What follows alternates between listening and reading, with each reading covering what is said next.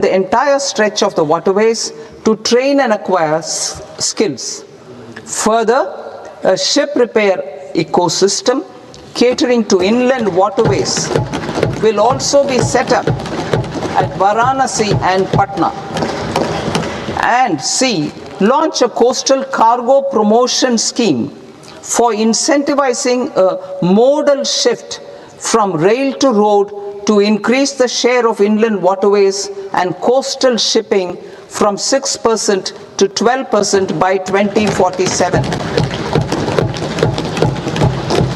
To enhance last mile and remote connectivity and promote tourism, I propose to give incentives to indigenize manufacturing of seaplanes.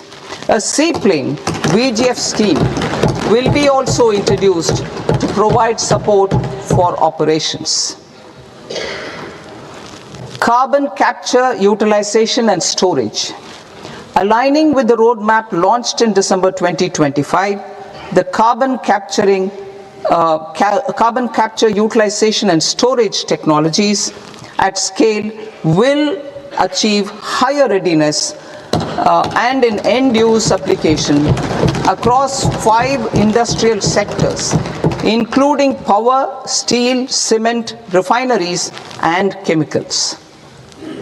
An outlay of 20,000 crore is proposed over the next 5 years for this purpose. City economic regions. Cities are India's engines of growth, innovation, and opportunities. We shall now focus on Tier 2, Tier 3 cities, and even temple towns, which need modern infrastructure and basic amenities. This budget aims to further amplify the potential of cities to deliver the economic power of agglomerations by mapping city economic regions based on their specific growth drivers. An allocation of 5,000 crore per CER over 5 years is proposed for implementing their plans through a challenge mode with a reform-cum-result-based financing mechanism. In order to promote environmentally sustainable passenger systems, we will develop 7 high-speed rail corridors between cities as growth connectors, namely Mumbai to Pune, Pune to Hyderabad, Hyderabad to Bengaluru, Hyderabad to Chennai, Chennai to Bengaluru, Delhi to Varanasi, Varanasi to Siliguri.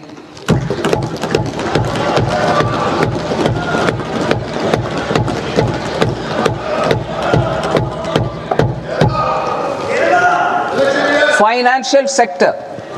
The Indian banking sector today is characterized by strong balance sheet, historic highs in profitability, improved asset quality, and coverage exceeding 98% of villages in the country. At this juncture, we are well placed to futuristically evaluate the measures needed to continue on the path of reform-led growth of this sector. I propose setting up a high-level committee on banking for Vikasit Bharat. High-level committee on banking for Vikasit Bharat to comprehensively review the sector and align it with India's next phase of growth while safeguarding financial stability, inclusion, and consumer protection. The vision for NBFCs for Vikasit Bharat has been outlined with clear targets for credit disbursement and technology adoption in order to achieve scale and improve efficiency in the public sector NBFCs.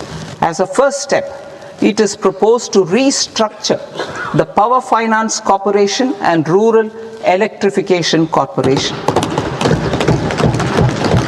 I propose a comprehensive review of the foreign exchange management non-debt instruments rules to create a more contemporary, user-friendly framework for foreign investments consistent with India's evolving economic priorities. Corporate bond market. I propose to introduce a market-making framework with suitable access to funds and derivatives on corporate bond indices. I also propose to introduce total return swaps on corporate bonds. Municipal bonds. To encourage the issuance of municipal bonds of higher value by larger cities, I propose an incentive of 100 crore rupees for a single bond issuance. 100 crore rupees for a single bond issuance of more than 1,000 crore. The current scheme under Amrit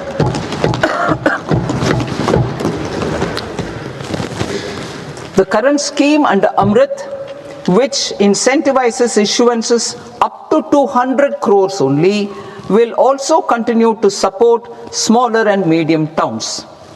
That will also continue to support the smaller and medium towns. Ease of doing business.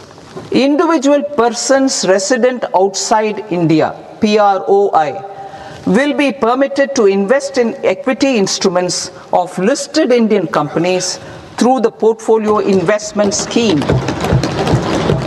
It is also proposed to increase the investment limit for an individual PROI under the scheme from 5% to 10%, with an overall investment limit for all individual PROIs to 24% from the current 10%.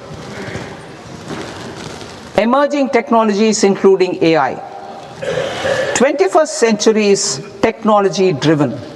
Adoption of technology is for the benefit of all people. Farmers in the field, women in STEM, youth keen to upskill, and Divyangjan to access newer opportunities. The government has taken several steps to support new technologies through AI Mission, National Quantum Mission, Anusandhan National Research Fund, and Research and Development and Innovation Fund.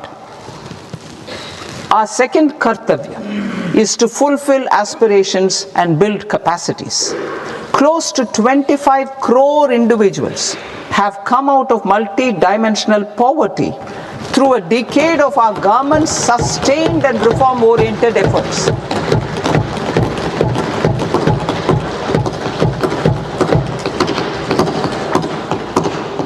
Our government has therefore decided to place a renewed emphasis on the service sector to provide a pathway to fulfilling aspirations of a youthful India with the following measures. I propose to set up a high-powered Education to Employment and Enterprises Standing Committee to recommend measures that focus on services sector as a core driver of Vikasit Bharat. This will make us a global leader in services with a 10% global share by 2047. The committee will prioritize areas to optimize the potential for growth, employment, and exports. They will also assess the impact of emerging technologies, including AI, on jobs and skill requirements and propose measures thereof. To create a range of skilled career pathways, a new range of skilled career pathways for our youth, I propose interventions in the following sectors. Health. Existing institutions for allied health professionals will be upgraded and new AHP institutions established in private and government sectors. This will cover 10 selected disciplines, including optometry, radiology, anesthesia, OT technology, applied psychology and behavioral health, and add 1 lakh AHPs over the next 5 years. A strong care system covering geriatric and allied care services will be built. A variety of NSQF aligned programs will be developed to train multi-skilled caregivers combining core care and allied skills such as wellness, yoga, and operation of medical assistive devices. In the coming year, 1.5 lakh caregivers will be trained.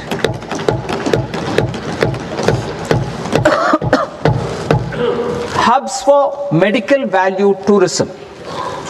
To promote India as a hub for medical tourism services, I propose to launch a scheme to support states in establishing 5 regional medical hubs in partnership with the private sector. These hubs will serve as integrated healthcare complexes that combine medical, educational, and research facilities. They will have Ayush centers, medical value tourism facilitation centers, and infrastructure for diagnostics, post-care, and rehabilitation. These hubs will provide diverse opportunities, job opportunities for health professionals, including doctors and AHPs. Ancient Indian yoga, already respected in several parts of the world, was given a mass global recognition when Honorable Prime Minister took it to the UN. Post-COVID, Ayurveda gained a similar global acceptance and recognition. Exporting quality Ayurveda products helps farmers who grow the herbs and youth who process the products. To meet growing global demand, a few more steps are being taken. I propose to 1. Set up 3 new All India Institutes of Ayurveda. 2. Upgrade Ayush pharmacies and drug testing labs for higher standards of certification ecosystem and make available more skilled personnel. 3. Upgrade the WHO Global Traditional Medicine Center in Jamnagar to bolster evidence-based research, training, and awareness for traditional medicine. Animal husbandry. Livestock contributes to close to 16% of farm income, including of poor and marginal households. To scale up availability of veterinary professionals by more than 20,000, I propose to roll out a loan-linked capital subsidy support scheme for establishment of veterinary and para-veterinary colleges, veterinary hospitals, diagnostic laboratories, and breeding facilities in private sector. Collaboration between Indian and foreign institutions will also be facilitated. Orange economy. India's animation, visual effects, gaming and comics sector, AVGC sector, is a growing industry projected to require 2 million professionals by 2030. I propose to support the Indian Institute of Creative Technologies, Mumbai, in setting up AVGC content creator labs in 15,000 secondary schools all over the country and 500 colleges. The Indian design industry is expanding rapidly, and yet there is a shortage of Indian designers. I propose to establish, through Challenge Route, a new National Institute of Design to boost design education and development in the eastern region of India. Education. Our government will support states through Challenge Route in creating 5 university townships in the vicinity of major industrial and logistics corridors. These planned academic zones will host multiple universities, colleges, and research institutions, skill centers, and residential complexes. In higher education, STEM institutions, prolonged hours of study and laboratory work pose some challenges for girl students. Through VGF, Viability Gap Funding and capital support, One girls' hostel will be established in every district.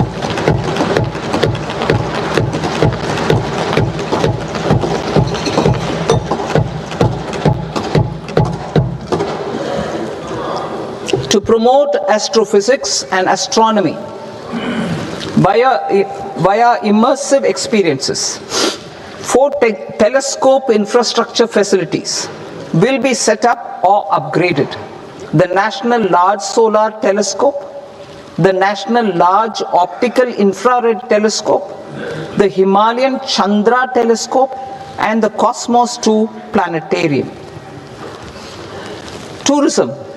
The tourism sector has the potential to play a large role in the employment generation, forex earnings, and expanding the local economy.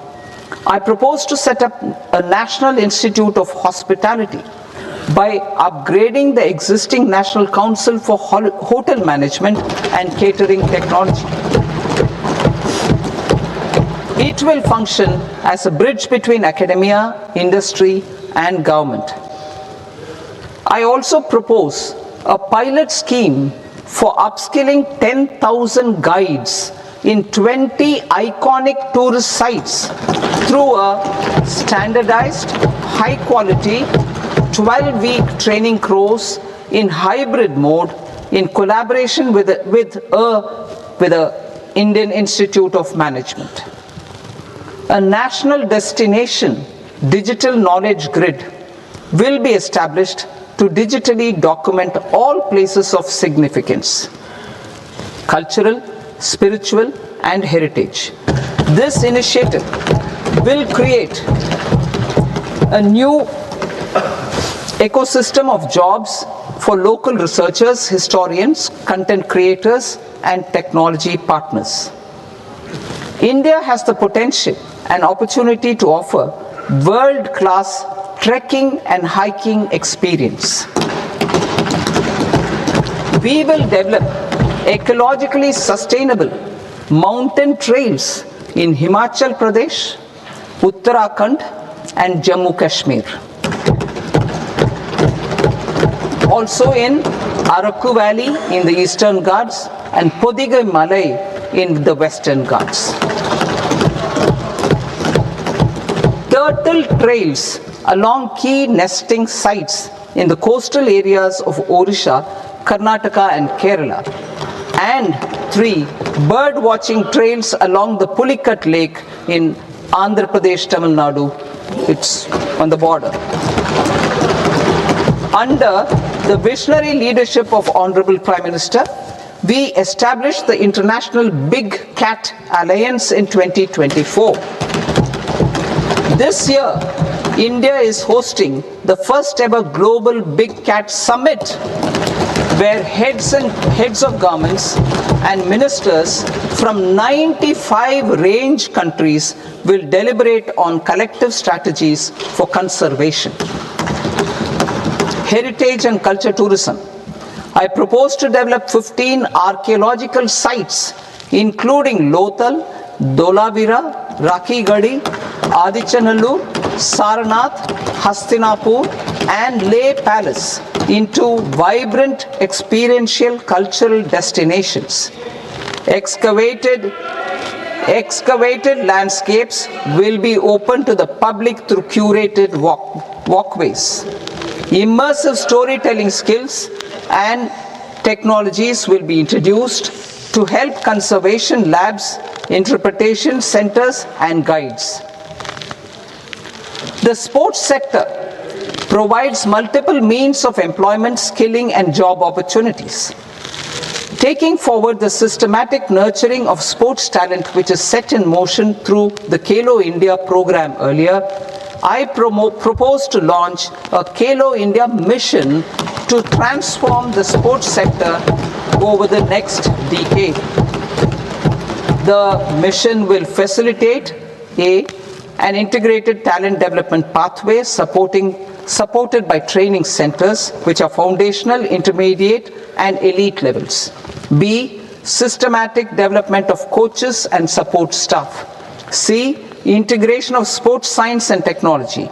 D, competitions and leagues to promote sports culture and provide platforms. And E, development of sports infrastructure for training and competition. Our third Kartavya aligns with our vision of Sabka Saath, Sabka Vikas towards Vikasit Bharat. This requires targeted efforts for 1. Increasing farmer incomes through productivity enhancement and entrepreneurship, with special attention to small and marginal farmers. B. Empowering Divyangjan through access to livelihood opportunities, training, and high-quality assistive devices. C. Empowering the vulnerable to access mental health and trauma care. D. Focus on the Purvodaya states and the Northeast region to accelerate development and employment opportunities. Fisheries. We will undertake initiatives for integrated development of 500 reservoirs and Amrit Sarovars. 2. Strengthen the fisheries value chain in coastal areas and enable market linkages involving startups and women-led groups together with fish farmer producer organizations. Animal husbandry.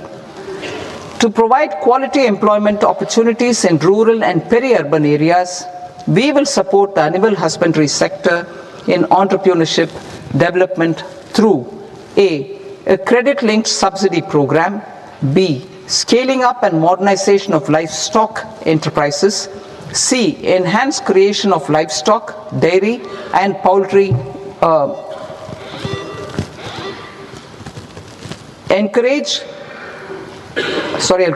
enhanced creation of livestock, dairy and poultry focused integrated value chains, and D. Encourage creation of livestock farmer producer organizations. High value agriculture.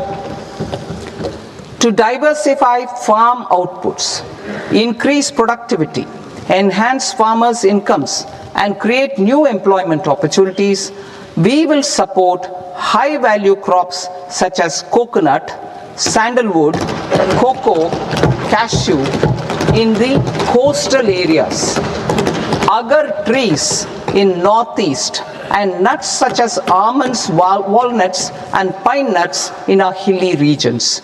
These, all of them, will be supported. India is the world's largest producer of coconuts. About 30 million people, including nearly 10 million farmers, depend on coconuts for their livelihood.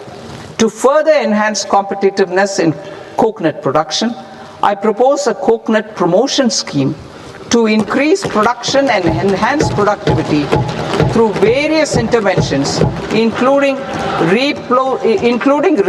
replacing and non-productive trees with new saplings or plants or varieties in major coconut growing states. A dedicated program is proposed for Indian cashew and cocoa to make India self-reliant in raw cashew and coconut production and processing, enhance export competitiveness, and transform Indian cashew and Indian cocoa into premium global brands by 2030. Sandalwood. Sandalwood is closely linked to India's social and cultural heritage. Our government will partner with state governments to promote focused cultivation and post-harvest processing to restore the glory of the Indian sandalwood ecosystem, to rejuvenate old, low-yielding orchards and expand high-density cultivation of walnuts, almonds, and pine nuts. We will support a dedicated program to enhance farmer incomes and in bringing value addition by engaging youth. Bharat Vistar, that is virtually integrated system to access agricultural resources. I propose to launch Bharat Vistar, a multilingual AI tool that shall integrate the AgriStack portals and the ICAR package on agricultural practices with AI systems. This will enhance farm productivity, enable better decisions for farmers, and reduce risk by providing providing customized advisory support. She Marts for rural women-led enterprises. Building on the success of Lakpati Didi program, I propose to help women take the next step from credit-linked livelihoods to being owners of enterprises.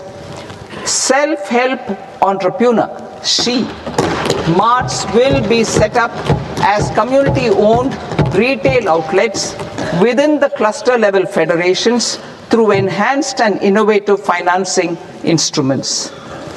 Empowering Divyangjan. Divyangjan Kaushal Yojana. Information technology, AVGC sectors, hospitality and food and beverages sectors often offer task-oriented and process-driven roles which are suitable for Divyangjan. We will ensure dignified livelihood opportunities through industry-relevant and customized training specific to each Divyangjan group. Divyang Sahara Yojana.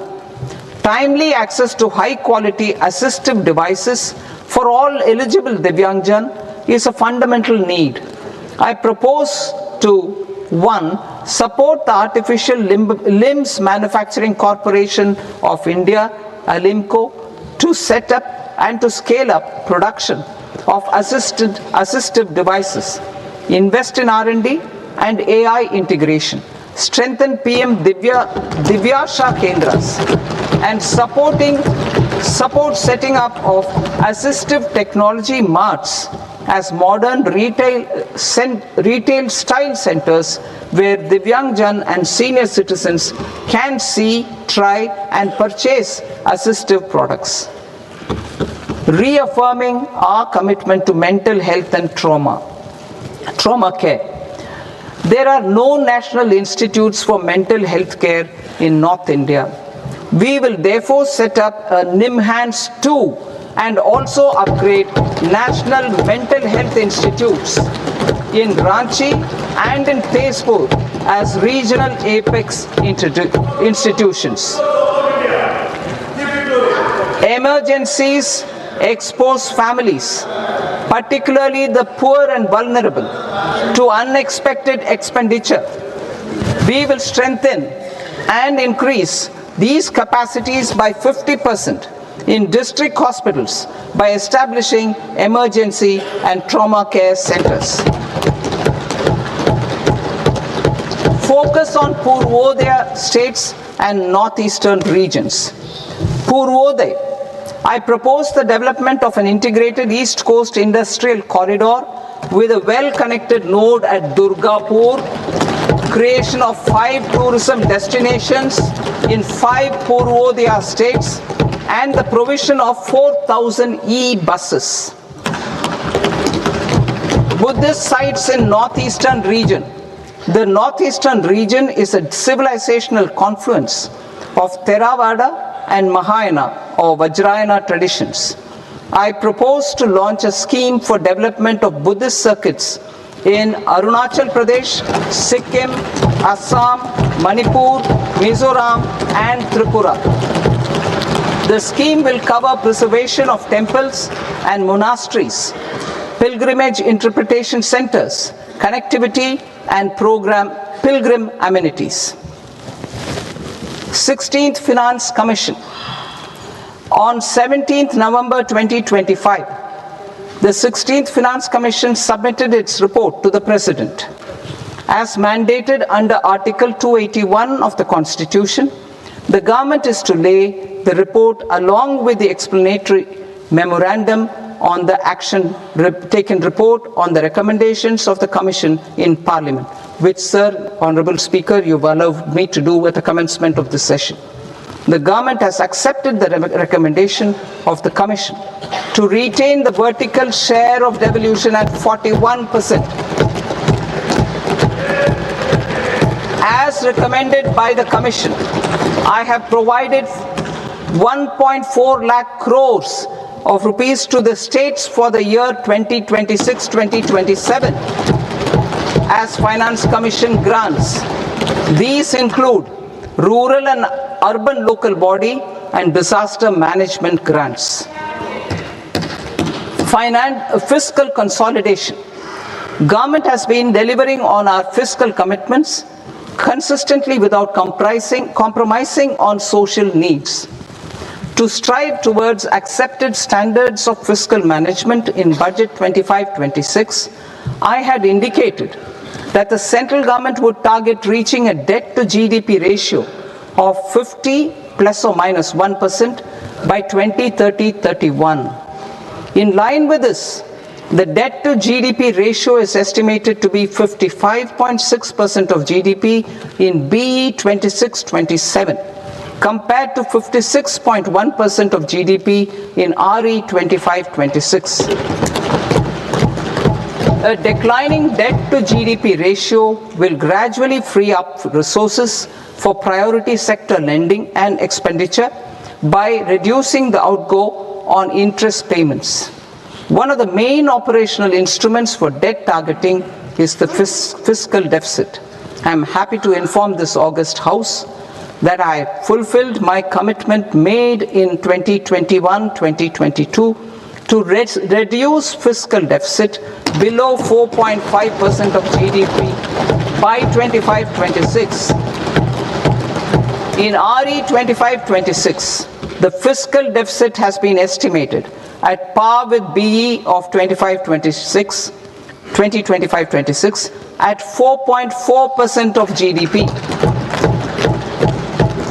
In line with the new fiscal prudence path of debt consolidation, the fiscal deficit in BE 26-27 is estimated to be 4.3% of the GDP.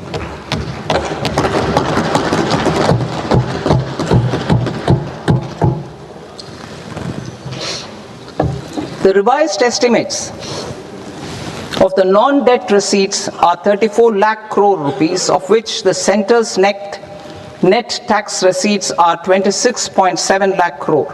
The revised estimate of the total expenditure is 49.6 lakh crore rupees, of which the capital expenditure is about 11 lakh crores. Budget estimates 2026 to 2027. Coming to 26-27, the non-debt receipts and the total expenditure are estimated as 36.5 lakh crore and 53.5 lakh crore respectively. The centre's net tax receipts are estimated at 28.7 lakh crore rupees. To finance the fiscal deficit, the net market borrowings from dated securities are estimated at 11.7 lakh crore rupees. The balance financing is expected to come from small savings and other sources. The gross market borrowings are estimated at 17.2 lakh crore rupees. I'll now move to Part B. Part B, direct taxes.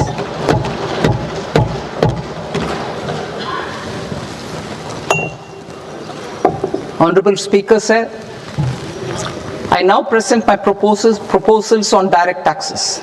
New Income Tax Act.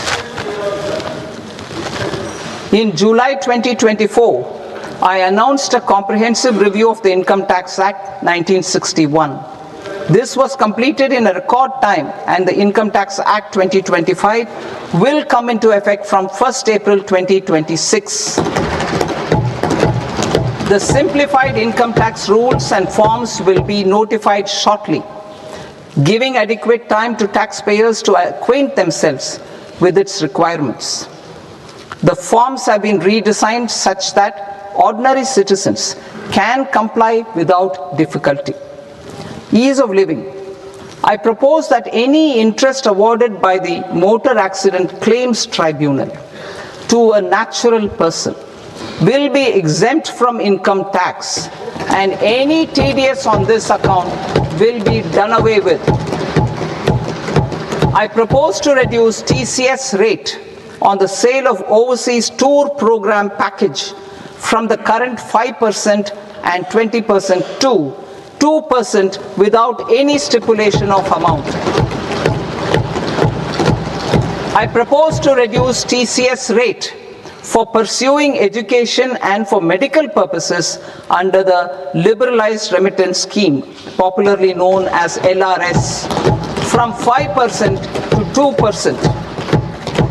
Supply of manpower services is proposed to be specifically brought within the ambit of payment to contractors for the purpose of TDS to avoid ambiguity. Thus, TDS on these services will be at the rate of either 1% or 2% only. I propose a scheme for small taxpayers wherein a rule-based automated process will enable obtaining a lower or nil deduction certificate instead of filing an application with the assessing officer. For the ease of taxpayer holding securities in multiple companies, I propose to enable depositories to accept Form 15G or Form 15H from the investor and provide it directly to various relevant companies. I propose to extend time available for revising returns from 31st December to up to 31st March with the payment of a nominal fee. I also propose to stagger the timeline for filing of tax returns. Individuals with ITR 1 and ITR 2 returns will continue to file till 31st July, and non-audit business cases or trusts are proposed to be allowed time till 31st August. TDS on sale of immovable property by a non-resident is proposed to be deducted and deposited through resident buyers and his or her PAN-based challan instead of requiring a TAN, which is a temporary accounting number. To address practical issues of small taxpayers like students, young professionals, tech employees, relocated NRIs, and such others, I propose to introduce a one-time 6-month foreign asset disclosure scheme for these taxpayers to disclose income or assets below a certain size. This scheme would be applicable for two categories of taxpayers, namely A, who did not disclose their overseas income or assets, and B, who disclosed their overseas income and or paid due tax but could not declare the asset acquired. For category A, the limit of undisclosed income or asset is proposed to be up to 1 crore rupees. They need to pay 30% of fair market value of asset or 30% of undisclosed income as tax and 30% as additional income tax in lieu of penalty, and would thereby get immunity from prosecution. For category B, asset value is proposed to be up to 5 crore rupees. Here, immunity from both penalty and prosecution will be available with a payment of fee of 1 lakh rupees. Rationalizing penalty and prosecution. Multiplicity of proceedings are hindrance to the ease of doing business. I propose to integrate assessment and penalty proceedings by way of a common order for both. There will be no interest liability on the taxpayer on the penalty amount for the period of appeal before the first appellate authority, irrespective of the outcome of appeal process. Further, quantum of prepayment is being reduced from 20% to 10% and will continue to be calculated only on core tax demand. As an additional measure for reducing litigation, I propose to allow taxpayers to update their returns even after reassessment proceedings have been initiated, and an additional 10% tax rate over and above the rate applicable for the relevant year. The assessing officer will then use only this updated return in his proceedings. There is already a framework for immunity from penalty and prosecution in the cases of underreporting. I propose to apply this framework for immunity to misreporting too. However, in such a case, the taxpayer will need to pay 100% of the tax amount as an additional income tax over and above the tax and interest due. Penalties for certain technical defaults, such as failure to get accounts audited, non-furnishing of transfer pricing audit report, and default in furnishing statement for financial transactions are proposed to be converted into fee.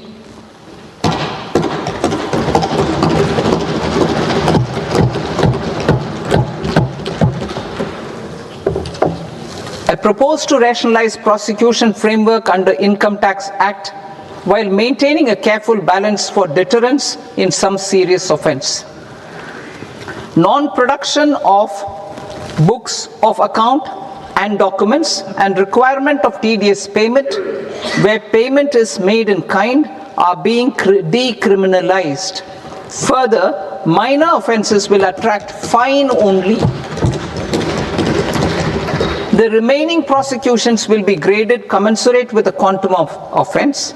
They will entail only simple imprisonment with maximum imprisonment reduced to 2 years and power to courts to convert even those into fines. There is no penalty. There is no penalty presently for non-disclosure of non-immovable foreign assets with aggregate value less than 20 lakh rupees. I propose to also provide them with immunity from prosecution with retrospective effect from 1/10/2024.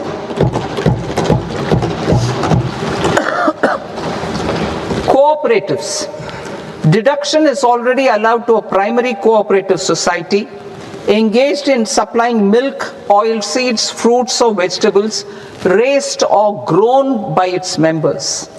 I propose to extend this deduction to also include supply of cattle feed and cotton seed produced by its members. I propose to allow inter-cooperative society dividend income as deduction under the new tax regime to the extent it is further distributed to its members.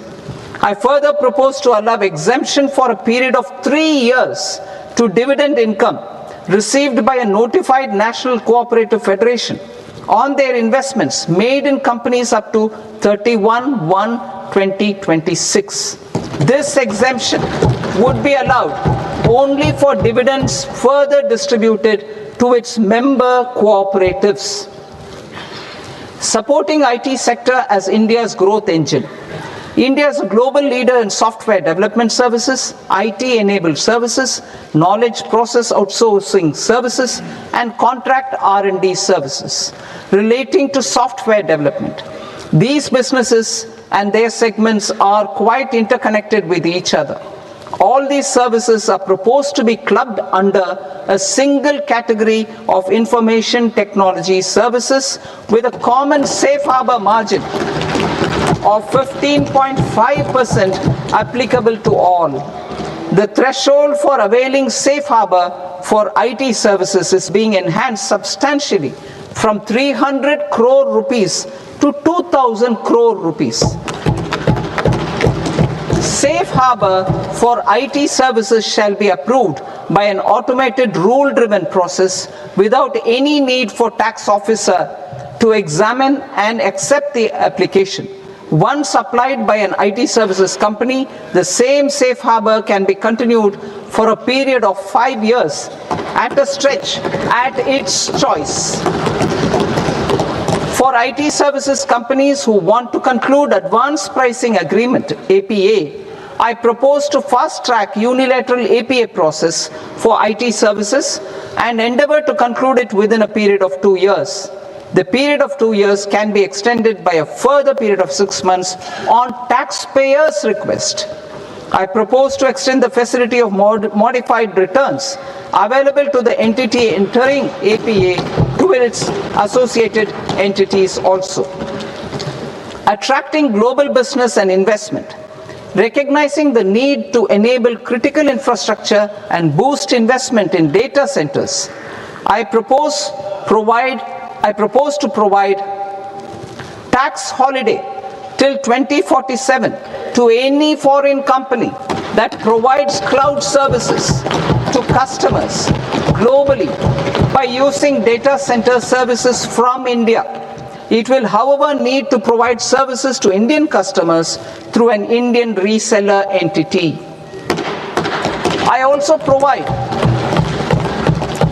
propose to provide a safe harbor of 15% on cost in case the company providing data center services from India is a related entity. To harness the efficiency of just-in-time logistics for electronic manufacturing, I propose to provide safe harbor to non-residents for component warehousing in a bonded warehouse at a profit margin of 2% of the invoice value. The resultant tax of about 0.7% will be much lower than in competing jurisdictions. To provide fillip to toll manufacturing in India, I propose to provide exemption from income tax for 5 years to any non-resident who provides capital goods, equipment, or tooling to any toll manufacturer in a bonded zone. To encourage vast pool of global talent to work in India for a longer period of time, I propose to provide exemption to global, non-India sourced income of a non-resident expert for a stay period of 5 years under notified schemes. I propose to provide exemption from minimum alternate tax, the MAT, to all non-residents who pay tax on presumptive basis. Tax administration. I propose to constitute a joint committee of Ministry of Corporate Affairs and Central Board of Direct Taxes for incorporating the requirements of income computation and disclosure standards, the ICDS, in the Indian Accounting Standards Ind AS itself. Separate accounting requirement based on ICDS will be done away with from the tax year 27-28. To support Prime Minister Modi's vision of homegrown accounting and advisory firms to become global leaders, I propose to rationalize the definition of accountant for the purposes of safe harbor rules. Other tax proposals. Change in taxation of buyback was brought in to address criteria. I also propose to top up the Self-Reliant India Fund set up in 2021 with 2,000 crores to continue support to micro enterprises and maintain their access to risk capital. Liquidity support. With TREDS, more than 7 lakh crore has been made available to MSMEs. To leverage its full potential, I propose 4 measures. 1. Mandate TREDS as the transaction settlement platform for all purchases from MSMEs by CPSEs, serving as a benchmark for other corporates. 2. Introduce a credit guarantee support mechanism through CGTMSE for invoice discounting on TREDS platform. 3.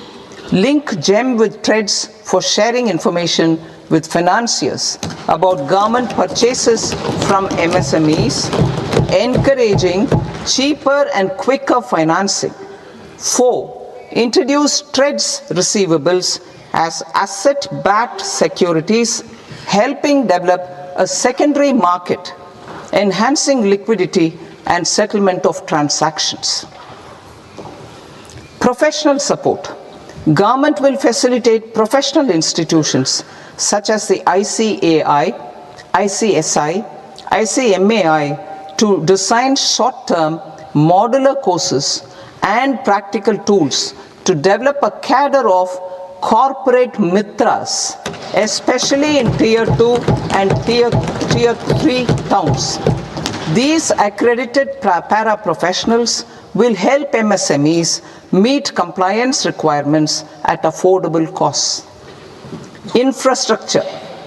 During this past decade, our government has undertaken several initiatives for large-scale enhancement of public infrastructure, including through new financing instruments such as Infrastructure Investment Trust (InvITs) and Real Estate Investment Trust (REITs), and institutions like NIIF and NABFID. We shall continue to focus on developing infrastructure in cities with over 5 lakh population, that is Tier 2, Tier 3 cities, which have expanded to become growth centers.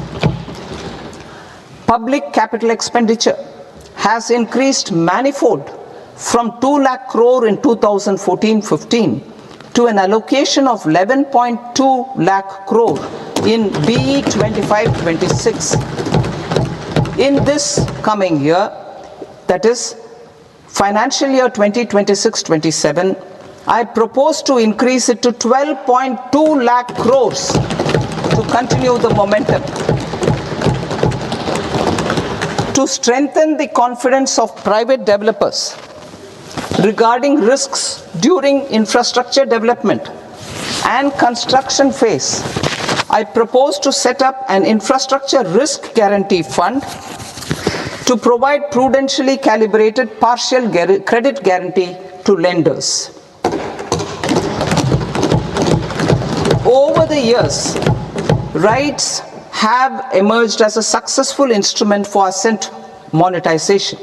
I propose to accelerate recycling of significant real estate assets of the CPSEs through the setting up of dedicated REITs.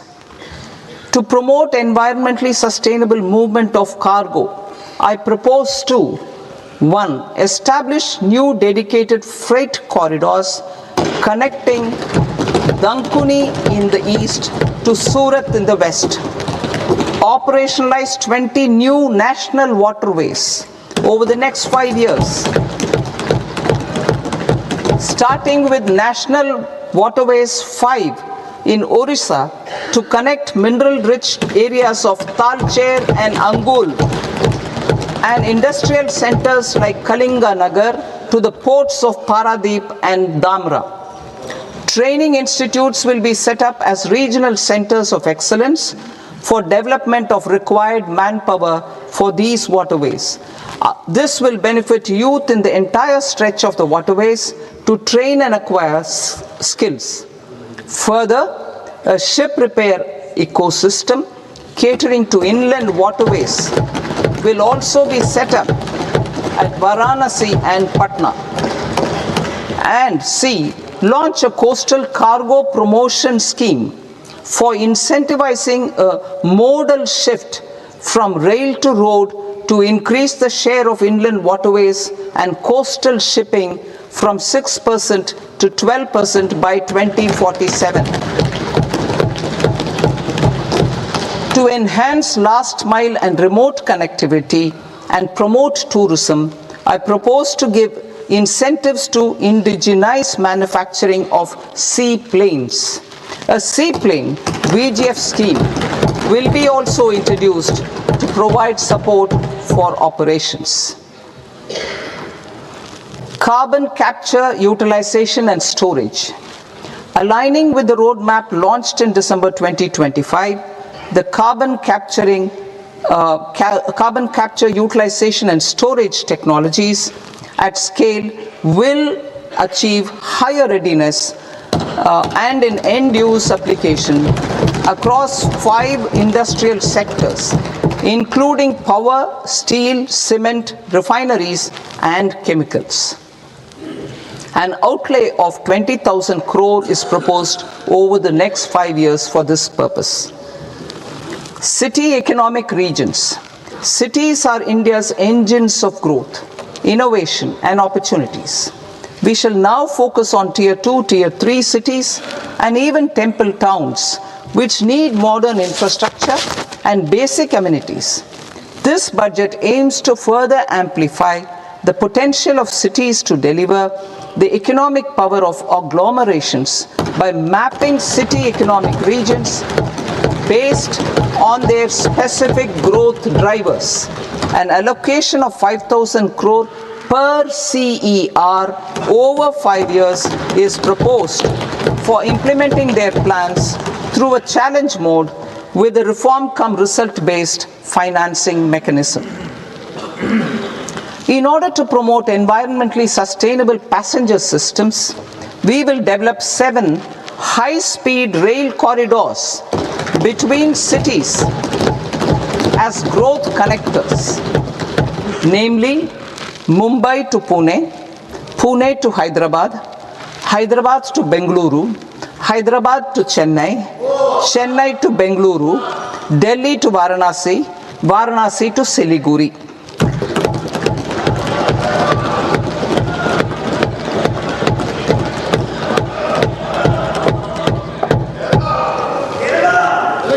Financial sector. The Indian banking sector today is characterized by strong balance sheet, historic highs in profitability, improved asset quality, and coverage exceeding 98% of villages in the country. At this juncture, we are well placed to futuristically evaluate the measures needed to continue on the path of reform-led growth of this sector. I propose setting up a high-level committee on banking for Vikasit Bharat. High-level committee on banking for Vikasit Bharat to comprehensively review the sector and align it with India's next phase of growth while safeguarding financial stability, inclusion, and consumer protection. The vision for NBFCs for Vikasit Bharat has been outlined with clear targets for credit disbursement and technology adoption in order to achieve scale and improve efficiency in the public sector NBFCs. As a first step, it is proposed to restructure